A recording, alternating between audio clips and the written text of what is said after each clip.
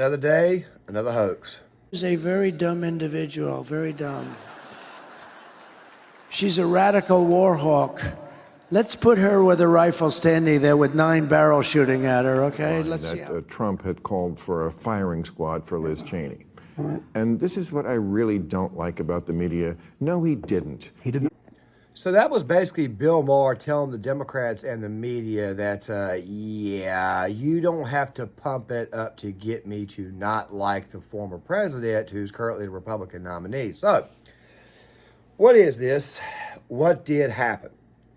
Well, what happened here was that the mainstream media decided to take a comment and they decided to twist that into Donald Trump wants to see Liz Cheney shot by his firing squad or shot by the, however you might want to spin this. Of course, firing squad was trending for about a day there. I want to say that was on Saturday, but of course it is Monday, the day before Election Day, and here we are. Now, guys, there's going to be a few videos released today. It's going to be released a little bit later than normal. I need to go ahead and kind of address something really quick before we get started. But first and foremost, make sure you guys go ahead and hit the like button. Make sure you guys go ahead and cut the notifications on for the channel. If you have not voted yet, I want to kind of leave tomorrow open for you guys to kind of do that. But there'll probably be 1 or 2 videos out tomorrow anyways. But still, though, I got to address something really quick. And it's obvious if you are looking at the camera, if you're looking at your phone or you're looking at your computer screen and you're looking at me, you're probably wondering why it is I'm so red in the face, and I'm not going to pull off my glasses and show you. I'm just going to go ahead and tell you that yesterday I went to the Trump rally in my hometown because I don't live in my hometown. Of course, I went to the Trump rally where Trump did a rally at last week or 2 weeks ago. Feels like last week. And like an idiot, I did not bring sunglasses. It just so happened to be that I was standing in a spot where the sun was glaring its worst. And yeah, my eyes got the sunburning treatment. It is possible you can get sunburn on your eyes. And now they're all puffy and all that type of stuff there. I just want to go ahead and kind of address that before we go forward. I should be okay sometime tomorrow or the day after. Basically just doing the normal thing. I should be okay then. But I want to go ahead and get that out of the way in case you guys are wondering why it is that the black horn rims the glasses are on. But with that right there out of the way, let's go ahead and get into this. So the mainstream media, they're getting desperate. As a matter of fact, they've gotten so desperate that they dropped a poll from Ann Seltzer, the most popular pollster or the most known pollster in the state of Iowa, that shows Kamala Harris up by 3, even though the previous week Trump was up by like 8. And then also to go on top of that, they dropped that roughly an hour before Emerson Polling or Emerson College dropped their poll in Iowa showing that Donald Trump was actually up by 10 in the state, which is very odd because if she's up in the state or if it's that close in the state, then why is she not campaigning there? Why is she doing all of her campaign events today in the state of Pennsylvania? We will talk more about that in video number 2. But still, though, they're getting desperate. They're getting desperate. I mean, it's absolutely insane. Look, even the New York Times, who dropped their final poll, still showed Donald Trump winning the election in the Electoral College, about 280 electoral votes total. Yes, even the failing New York Times, who's very, very biased against the former president, they dropped a poll showing that Trump was actually winning. So obviously the media is desperate, trying to clamor on to anything or use anything and everything they can to try to spin things in the final days. We saw this last week with a joke about Puerto Rico, and then Joe came out and screwed that up, and of course it suddenly became about garbage. Or Joe's comments about Trump voters being garbage. So with that there out of the way, let us go ahead and get to the nonsense. So here's the actual full quote. Cheney was so, he said, I really want to thank you. He said, now I'm so glad that I actually endorsed you. It's amazing. But that you would do this, and I didn't speak to him about it. But then, go a couple of years forward or go now, and I don't blame him for sticking with his daughter, but his daughter is a very dumb individual, very dumb. She's a radical war hawk. Let's put her with a rifle standing there with 9 barrels shooting at her, okay? Let's see how she feels about it. When the guns are trained on her face. They're all war hawks when they're sitting in Washington in a nice building saying, oh, gee, let's send 10,000 troops right into the mouth of the enemy. But she's a stupid person. And I used to I'd have meetings with a lot of people, and she always wanted to go to war with people. Sounds pretty obvious to me that what he is saying is that this woman is a war hawk, and if this woman was to actually physically go to war And of course, he would eventually re-clarify this and say that she would chicken out. Basically, what Trump is trying to say is, look, if you want war, then you need to go fight it yourself. That's basically what he is saying here. And like I said before, the mainstream media, they jumped all over it. And of course, to go on top of them jumping all over it, they've kind of created, once again, another hoax that, of course, got debunked. Now, there is something else, too, that does need to be addressed. I'm going to address this in this video before we get to the rest of this. And of course, you obviously saw Bill Maher in the montage. And of course, that thing that we need to address is the fact that Kamala Harris, and this will keep coming up again in video number 2 of the day, which will be talking primarily about black voters, we need to address this part here.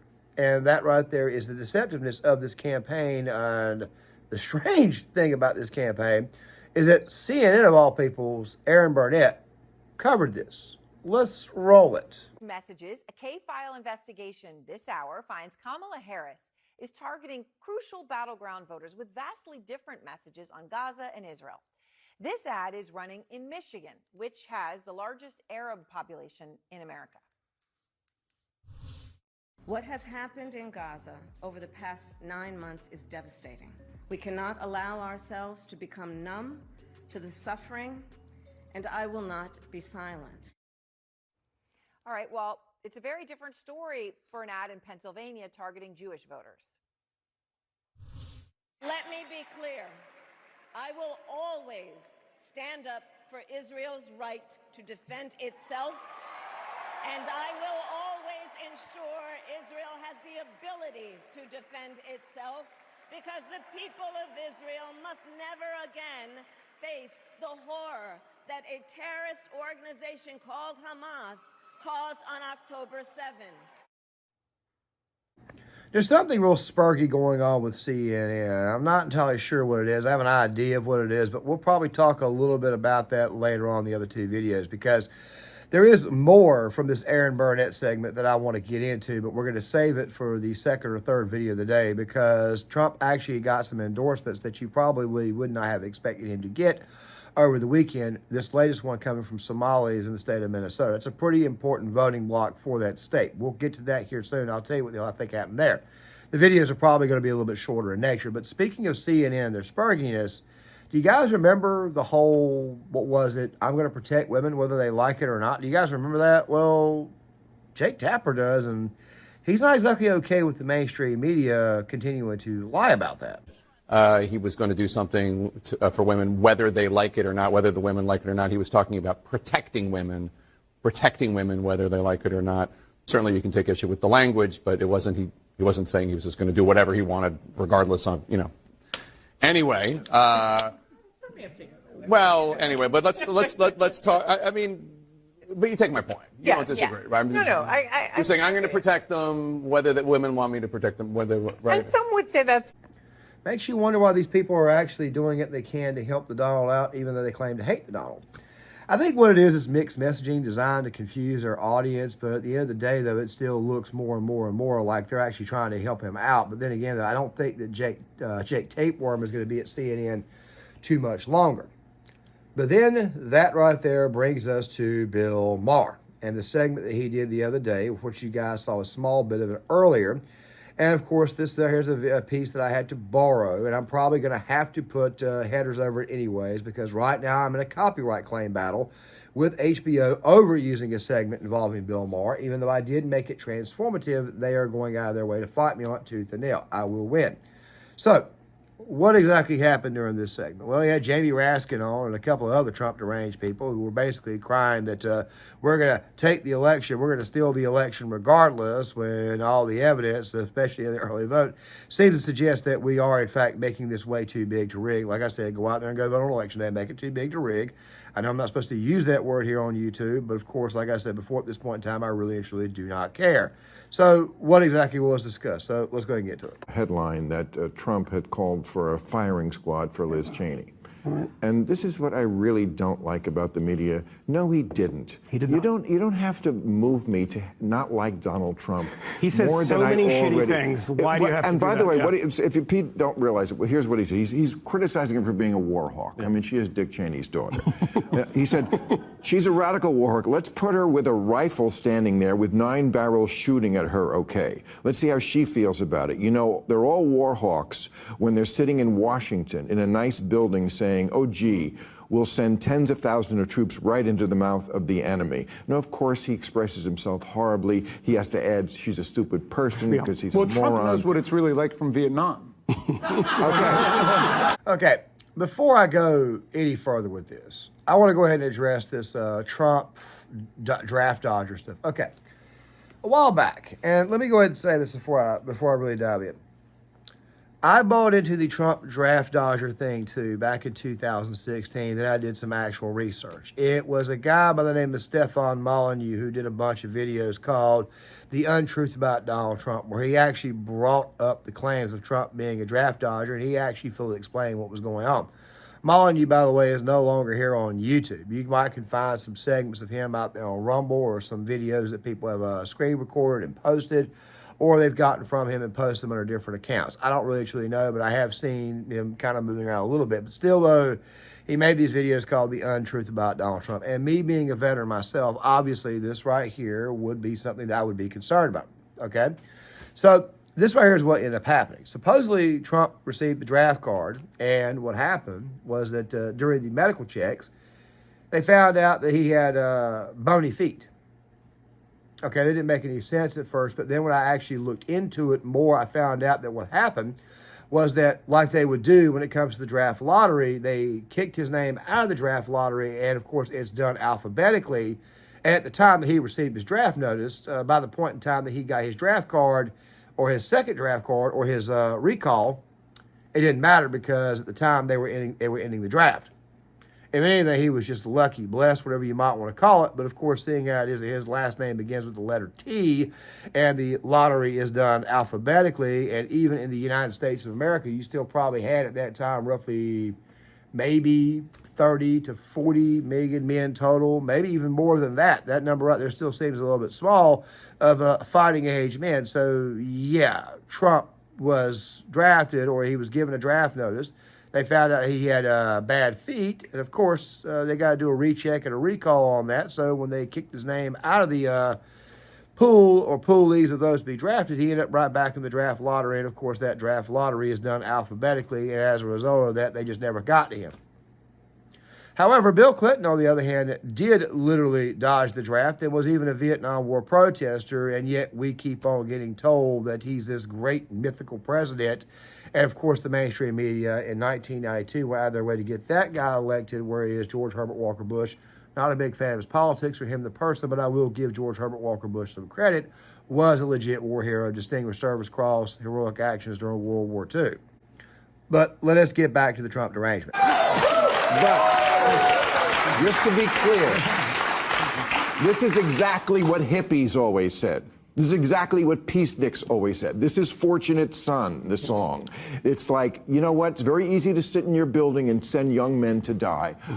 Apropos of Ukraine. Yes. Because, I don't know, that war doesn't look like it's going in the right direction. Not at all, no. But just so, you know, just don't lie to me. I don't like Donald Trump. Don't lie to me and tell me he wants in front of a firing squad. He was saying something that, by the way, if it came out of the mouth, some of it, not the stupid part, again, sounds like what hippies used to say about Bill, not sending people to, yeah. Okay, so basically what Bill Maher is saying is that you don't need to pump it up to get me to dislike him more. Because Bill Maher, as you guys know, is Trump deranged. He even did this segment with Club Random with Ben Shapiro over the weekend. I'll play some of that for you guys here in a second, where he basically said that Trump won't leave office after he's gone. That's the biggest reason why it is that we can't keep. Look, Donald Trump will leave office, okay, in 4 years. Okay, he will leave when his time is up. Let me play that small bit for you guys. Now, I think it's hysterical that for years now, you guys don't seem to care at all that the only human who he has ever not shit on is Putin. Like everybody else gets it. Friends, enemies, people back in the fold, everybody gets shit on and a couple of other dictators he likes. But now he's sort of like thrown that mask away and just like, you know, I like all these people. Just the same nonsense as always. The whole he's Hitler, he loves Hitler. But then again, at the same time, you have to understand these people's brains are broken when they demand that he insult Vladimir Putin. Now, guys, I told you guys how I feel about Vladimir Putin. I don't think I need to say anything else about that. But here's the thing: when you're doing how do I say, business or diplomacy with a potential global power, somebody who could possibly throw nukes at you. When you're doing that type of diplomacy, same thing with Xi in China, massively large nations with massively large militaries, nations that buck us geopolitically. You want to try to get along with them, so therefore you don't throw insults at them. You may want to speak, maybe not so much highly of a person, but you don't want to actually insult them. It's something that Bill Maher obviously does not seem to understand. But then again, at the same time, though, I also remember these same exact people getting mad at us for our rhetoric, especially us neoconservatives, or I used to be more of a neocon. They used to get mad at us for using our rhetoric against Putin or saying that Russia was a problem. I'm just saying the double standard here is absolutely ridiculous. But, like I said, these people's brains are broken. Once again, just pure, total TDS. Just pure, total Trump derangement syndrome. However, the question then becomes, what happens after the election is over with? Well, like I said, you still have to prepare everybody for the possibility that something happens and Donald Trump doesn't win. Maybe people decide to stay home, get out there and vote. I think that the Trump derangement will find a way to get a little bit darker than what it already is over the next 4 years. It will probably remain for the next 10 years. Donald Trump traumatized these people. Him winning in 2016 absolutely broke these people. I would argue that they may have been broken before, and that Trump just simply exposed the problems. But still, though, the point is this right here. These people are, in fact, broken. And also, to go on top of that, they are, in fact, desperate. And even Bill Maher is beginning to pick up on it. Now, let me say this last thing before I close this video out and get to work on the other two. Desperation is not exactly what you call an attractive trait. Go ask anybody who's ever been in a relationship. If a girl breaks up with a guy, the guy's broken heart, he wants her back, and he's desperate to get her back, or he wants her back, and he calls, and all that type of stuff there. It makes that person look desperate, even though it's pretty obvious at that point in time that, hey, look, they're obviously messed up from the relationship end. They're still very, very much in love with that person. The more and more desperate, or the more and more he pushes her, the more and more desperate she thinks he is. And if she does choose to take him back, she'll own him. In the game of politics, what's happening at this moment in time is that these people are desperate to keep Trump out. They're desperate to create any type of hoax they can. And even some of their lower propensity voters are seeing this, and they're saying this right here is a load of crap, and they're getting turned off by it. Now, Bill Maher will still vote Democrat regardless, and Bill Maher's crowd will still vote Democrat regardless, but still, at the same time, there are a lot of normies who vote Democrat who see something like this and say, you know what, I just can't take this anymore. I'm going to stay home. I'm not going to support this crap. And that is the only thing the media is doing. Like I said, they're turning off their own. But you guys tell me what you think. Make sure you guys, once again, hit the like button, subscribe, also cut the notifications bell on, share the video. You guys could follow me on Facebook. You guys could follow me on Twitter. Make sure you guys do that. And I'll have a couple more videos out later on this afternoon, and I'll see you guys later.